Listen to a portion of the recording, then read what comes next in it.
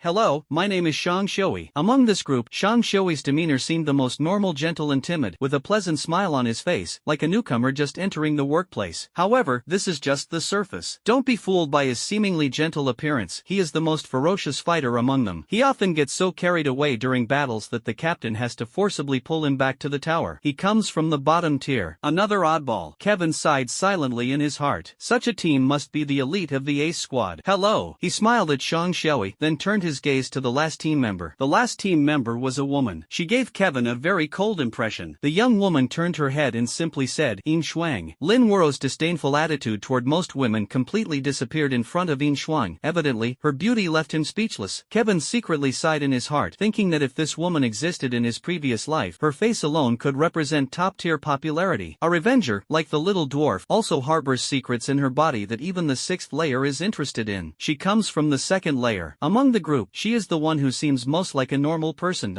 Kevin became curious about her identity. What is the secret that interests the sixth layer? It's been mentioned twice. Could it be a rare sequence? He wondered to himself but refrained from asking further. Bai Wu noticed that the Survey Corps had a total of 16 squads, with the 7th squad being the strongest. Under its command were 24 teams, each consisting of 6 members, and the first team was the strongest among them. A group of 6 people. Where's the other one? Kevin asked, feeling a faint sense of unease. Wu Jiu began walking toward the exit, while the expressions of the other few remained unchanged. Lin Woro seemed to still be humming a cheerful tune. Dead, Wu Jiu said flatly. Bai Wu didn't ask further. The risks of investigations outside the tower were self-evident. The stronger the investigator, the more they could accept the death of their companions. The exit of the tower is present on every level, with the ground floor exit located in the eastern square. Stepping into the square, the first thing that catches the eye is 6 massive teleportation gates, resembling 6 thick walls, waiting for people to touch them. Stone tablets of different colors correspond to the outside worlds of varying degrees of distortion, while the last stone tablet is covered by a massive curtain, obscuring its details. White mist gathers around these stone tablets, and the notes obtained are surprisingly identical. It grants these stone tablets the power to traverse and open spaces, but their true purpose is actually to block that entity at the top of the tower.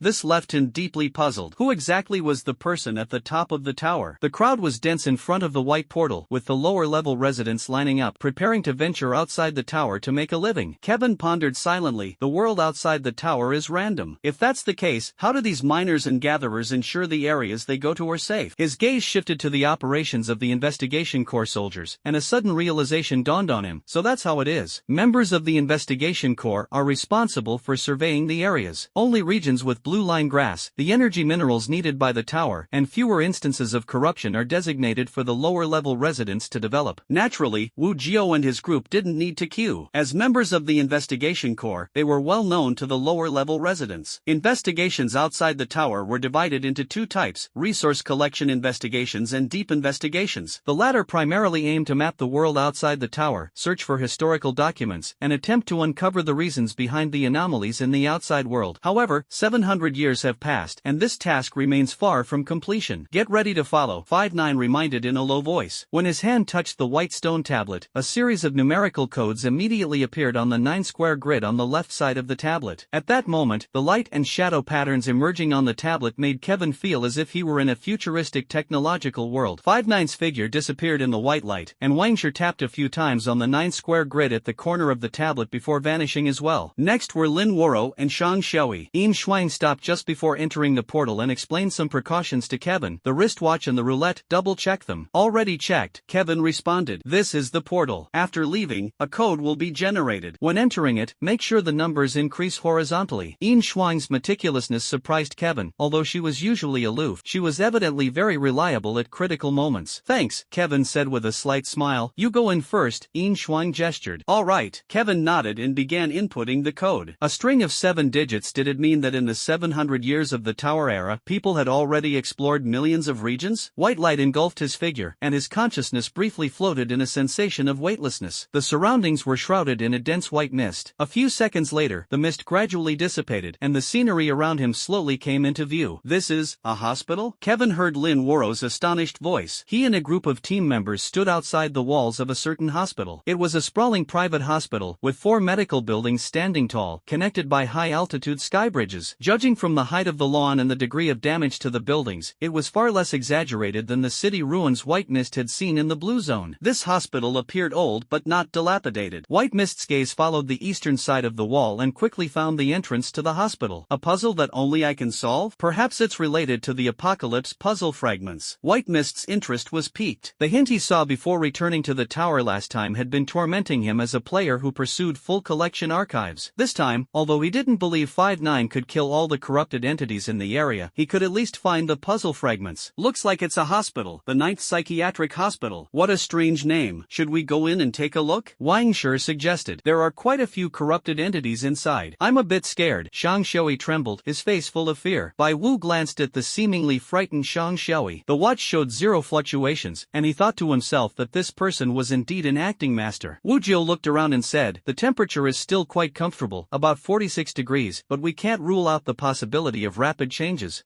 These freaks actually call 46 degrees comfortable, but fine. Yin Shuang added, there are no blue-line grass or minerals around, so this should be an area near the city. Let's go in and take a look. look. Scenes like this are usually found in blue zones. Wang Shi was eager to try. White portals generally transport humans to areas rich in minerals and blue-line grass, while blue zones are more likely to send people to places like city streets, cruise ships, amusement parks, hospitals, or factories where there are more people. The old iron gate was covered in dust. As Wang Shi prepared to push it open, Kevin softly reminded him, "Be gentle. TSK, such a coward. If you're scared, you can go back now. Don't attract the corrupted and drag us down," Lin Wuro said disdainfully. Bai Wu ignored Lin Wuro, thinking to himself that there was really no need to argue with this person. In the end, it was Wu Jiu who pushed open the iron gate, his movements slow and steady. For medical buildings, each approximately 19 stories high, this isn't a low-standard hospital, but strangely, the location is somewhat remote. It seems, this hospital already had something unusual about it before the anomaly occurred, Wu Jiu analyzed. White Mist understood that 700 years ago, people entered the tower due to the world's anomalies, but the cause of these anomalies remains unknown to this day. For buildings, which one should we explore first? Wang Shi asked, as the group was now only 10 meters away from the first medical building. White Mist glanced at the entrance of this building, silently speculating in his mind. The 9th Psychiatric Hospital's most normal area, where leaders inspect and crowds visit, is mostly in this building. If they want to go to the second building, they have to head to the 19th floor and cross the skywalk, which is naturally troublesome. But don't think only horror movie protagonists court death. People like that are everywhere in reality. You must go to the 19th floor's skywalk to enter the second building? What kind of absurd design is this? Any design that defies common sense must have its reasons. White Mist speculated that perhaps the hospital's owner did not want anyone to go to the second building. We can only enter from the first building. It looks like there are 4 buildings here, but in reality, there's only one entrance, Kevin said. Everyone looked around and found this to be true. Among the massive buildings, only this one had an entrance on the ground floor. Wu Jiu was surprised by Kevin's quick observation. Lin Wuro snorted coldly, while Lin Shuang observed the surroundings with an expressionless face. Shang Xiui's hands trembled slightly, the corners of his mouth involuntarily lifted into a somewhat twisted smile, but he tried hard to restrain himself. "See, Captain, there are 7 fallen in this building. It's so scary." Bai Wu resisted the urge to make a sarcastic comment. It was obvious that Shang Xiui was suppressing his inner excitement. Wang Shi pushed open the glass door of the medical building. The scene inside was indescribably filthy and chaotic. Medical records were scattered all over the floor, and the walls of the registration area were stained with blood. Some walls were even smeared with eerie, blood-red patterns. White Mist was curious because these bloodstains and patterns looked very fresh. He glanced at the patterns, and a note appeared. "What are you looking at? Am I crazy? Are you crazy? Since neither of us is, why do you think I can analyze what these scribbles mean? However, I can tell you that these bloodstains and scattered medical records were made 2 days ago.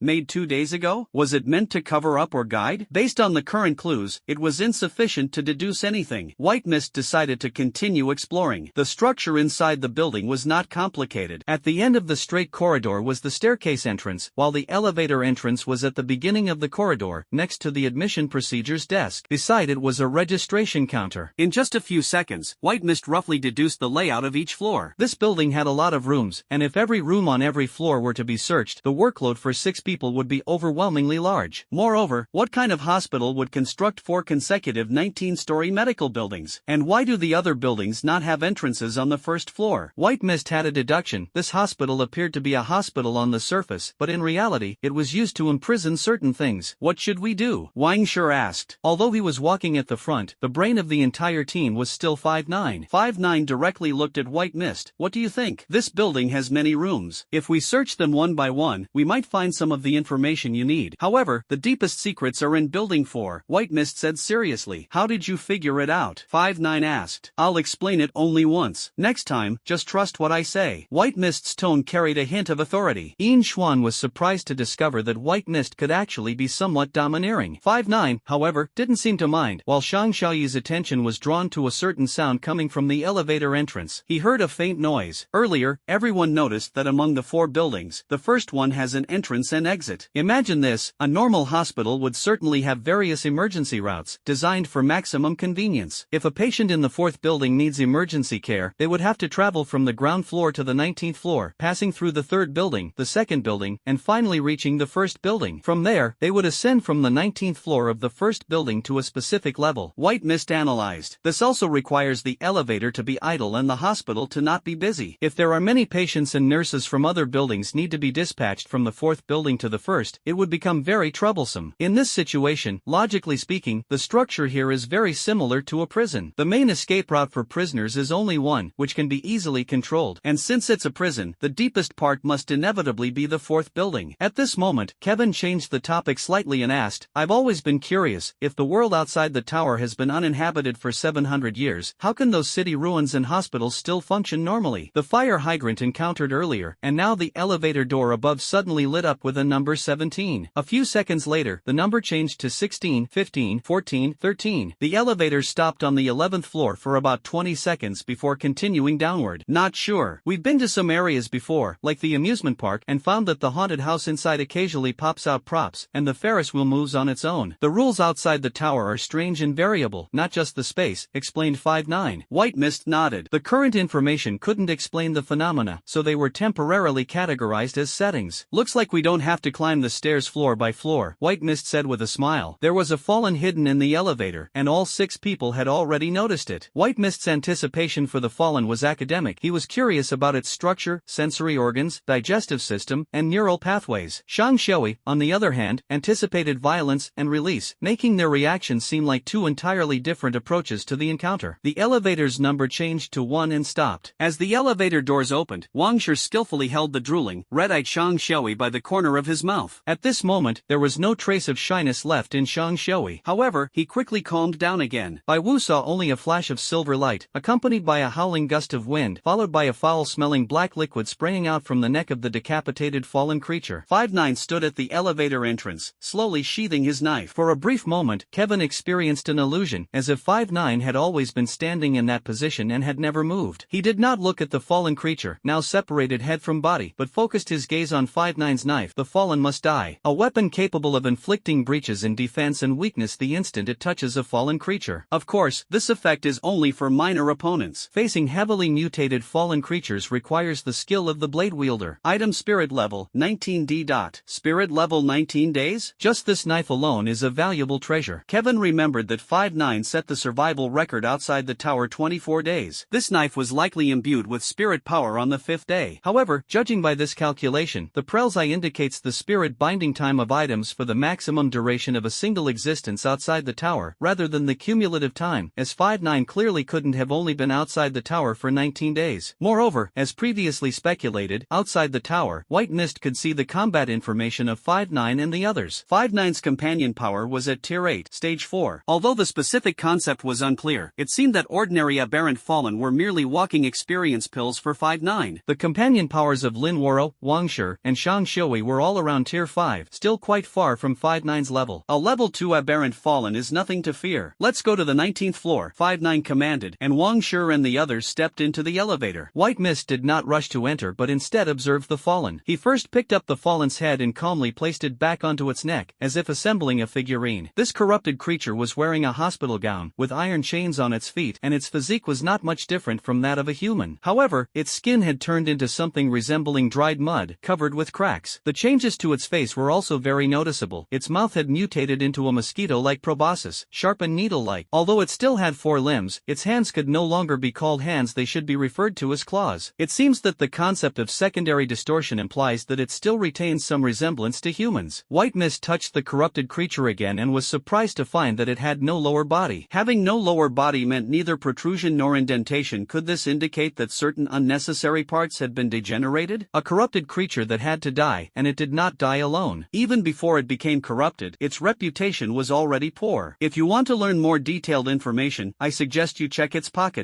Following the note's suggestion, White Mist retrieved a page of a diary from the tattered hospital gown. I am not depressed, I just owe a large sum of money. That person told me that as long as I came here, no one would find me. But he lied to me. I think of ways to get down every day. And that guy on the 11th floor, she's so pitiful. Will I end up like her? Will she be transferred to the 2nd building? I just want to leave now. I just want to leave now. July 5, 2026. The diary only had 1 page, but the content was clearly written many times. Kevin had no doubt that the entry for July 4, 2026 was the same. This was an obsession, leaving only this page. From the torn edges and creases, Kevin could deduce the scene where the patient hastily tore out and hid this page when the doctor seized the diary. 2026. It had been 704 years since the current tower era. How much time had really passed? Could this be some kind of protective rule? Many items in this world, including this diary page, seemed impervious to destruction over 700 years. Hey rookie, are you done yet? Everyone's waiting on you. Lin Woro urged. White Mist nodded. He had already seen the contents of the diary and did not take it with him. Instead, he folded it neatly and placed it back into the pocket of the corrupted patient's uniform. After entering the elevator, he directly pressed the button for the 11th floor. Why are we going to the 11th floor? 5-9 asked. The danger level of the buildings behind might exceed everyone's expectations. There's a stronger corrupted entity hidden on the 11th floor. It might serve as a wake-up call for us and help us find some useful information, White Mist said seriously. It's just a white zone. No matter how strong it is, how strong can it really be? Lin Woro retorted as usual. If you don't enter this hospital, there indeed won't be any danger, but I advise you, Sister Lin, to be more cautious, Kevin responded. The 11th floor was reached quickly. After the elevator doors opened, Wu Jiu took out a spotlight to illuminate the pitch-black corridor. As Kevin had anticipated, the structure of this floor was primarily designed to imprison patients. In the corners were 2 doctors' offices, and there wasn't even a public restroom. Each room had its own private bathroom. The layout was almost identical to the prisons Kevin was familiar with. Hee. A creepy laugh suddenly echoed, causing Wu Jiu to frown. Wang Shi slowed his pace. The sound is coming from the room at the end. Everyone, be careful. Wang Shi's caution was not refuted by Lin Woro. From the moment the elevator doors opened, he felt a sense of being watched by a predator, as if a pair of eyes in the darkness were fixed on them. You've come to play with me. I'm right here. The voice carried a mix of longing and sorrow, like a whisper in the ear. Lin Woro, Wang Shi, Shang Xiaoyi, and the others were all battle-hardened, but precisely because of this, they understood that the corruption on this floor was far from simple. Won't you come find me? I've been waiting for you for so long. A woman's sobbing echoed from the end of the hallway. The voice sounded both like a little girl and an adult, as if 2 different ages and emotions were intertwined. Bai Wu kept observing the surroundings, but the notes contained no useful information. Just as they were about to reach the end of the hallway, an unexpected change occurred. A pitch-black, slender arm suddenly seeped out from the ceiling and reached directly for Yin Shuang. With a flash of silver light, Wu Jiu swiftly drew his blade and instantly severed the arm. As the blade touched the arm, Wu Jiu's expression changed, and he murmured in a low voice, "Step back, all of you, and try to remain calm." Wu Jiu calmly deduced that the arm extending from the ceiling was triggered by an emotional fluctuation within the team. What surprised him even more was that the level of this corrupted entity was quite high, clearly not something that could be easily eliminated. Things did not settle as quickly as Wu Jiu had anticipated. One after another, numerous black arms extended from the ceiling. Most of the attacks targeted Yin Xuan, while Wu Jiu faced the least. Lin Woro, Shang Xiaoyi, and Wang Shi were attacked at roughly the same frequency. As for Kevin, it was as if he had been completely ignored by this corrupted entity, which seemed capable of endlessly producing arms akin to Robin. He stood quietly in the middle of the corridor, his gaze fixed on the scene of Wu Jiu and the others slashing at the arms. He had already guessed the truth of the matter. When they entered the floor just now, the sorrowful female voice in the air caused subtle emotional fluctuations in everyone. These fluctuations were so slight that other corrupted beings wouldn't have been able to sense them, but the corrupted being on this floor seemed very special. Lin Woro's watch value was 11, Wang Shi's watch value was 9, Shang Xiaoyi's eyes were filled with excitement, and his watch value was 7. Wu Jiu's watch value was 3, while Yin Xuan was relatively the most frightened among them, with a watch value of 21. These were actually all within the normal range, still far from the danger line. However, the corrupted being they encountered this time seemed to be very rare, capable of sensing the presence of prey with even the slightest emotional fluctuation. Such corrupted beings were often extremely powerful. Fortunately, although the situation changed rapidly, the group's strength was still formidable, and they did not fall into danger, though their response was somewhat rushed. These hands seemed endless, no matter how many were cut down. Lin Woro glanced at Kevin in surprise and asked in confusion, "Why, aren't you being attacked?" Bai Wu raised his watch with a value of 0, expressionless. "I'm even feeling a bit sleepy." Lin Woro now understood why the captain had arranged for Kevin to be the 6th member. This person was ridiculously bold. The figure of 5'9" blurred, and his afterimage appeared in the corridor. "White Mist, stay right there and don't move. We'll be done here soon." "Hard to say. Until you completely calm down, these hands might keep reaching out endlessly. I'll go ahead and take a look. Maybe I can find the source. Once you've settled down, just follow me." White Mist turned around, his gaze fixed on the door of the 3rd room at the end. The resentment of the fallen. Although White Mist could quickly adapt to various fantasy settings, he still felt as if he had encountered a mini-boss in the beginner's village, a sense of tension rising in his heart. If mere resentment could temporarily trap the main investigators, would the subsequent dangers be excessively severe? He glanced back and realized his worries were somewhat unnecessary. 5'9" was handling the resentment with ease, completely different from the state of the others. The actions of the others seemed locked at 30 frames per second, while 5'9" moved with the smoothness of 144 frames per second. Well, these people won't die. They actually seem to be enjoying themselves. Kevin felt relieved and then pushed open the door to the 3rd to last room at the end of the corridor. matador. Wang Shi was the typical muscle type. When the slender black hands coiled around him like snakes, his muscles instantly swelled, and with sheer brute force, he tore those hands apart. "Captain, where did you find this freak? He's got some real guts." Ignoring Wu Zhou's dissuasion, Kevin walked straight into the room that seemed to be filled with heavy resentment. This scene left Wang Shi deeply impressed. After all, even he found those eerie black hands somewhat intimidating. However, Kevin's wristwatch displayed a value of 0, which meant that the appearance of these things hadn't caused even the slightest ripple in his emotions. If his emotional fluctuation value is in the single digits, then perhaps he is indeed naturally fearless. But if it's 0, then either the emotion detector is malfunctioning, or there's something wrong with him. Wu Zhou's voice became somewhat ethereal as it moved at high speed. As everyone gradually adapted to the attack methods of the corrupted, the atmosphere also began to calm down, and the numbers on the watch kept decreasing. This was a room much larger than White Mist had imagined, as it was connected to the 2 rooms on the right. Inside the room was a fish tank, though it no longer contained any fish, and a rather exquisite iron cage. Above the cage was a nozzle aimed directly at its center, and inside the cage lay a thick chain, now broken. On the wall opposite the cage, White Mist noticed a surveillance camera. Scattered on the ground were many discarded syringes. In the corner of the room, diagonally across from the cage, there was a table. On the table were 3 items: a comb, a file, and a key. All 3 items were surrounded by a visible black aura, as if warning explorers that there was something suspicious about them. The White Mist begins to focus its vision. A dog cage, but what you wouldn't expect is that this cage is a spiritual vessel, exceptionally sturdy. It fulfilled its mission perfectly, from start to finish. The poor little creature never escaped the prison cage, until it was eventually released. Sob sob sob, born to be a cage, it feels deeply sorry. Scattered syringes on the ground once contained various sedatives, as well as serum from some strange entities. 1 injection brings clarity and refreshment, 2 injections enhance physical strength, 3 injections reverse aging. Remember to delete the content within the parentheses.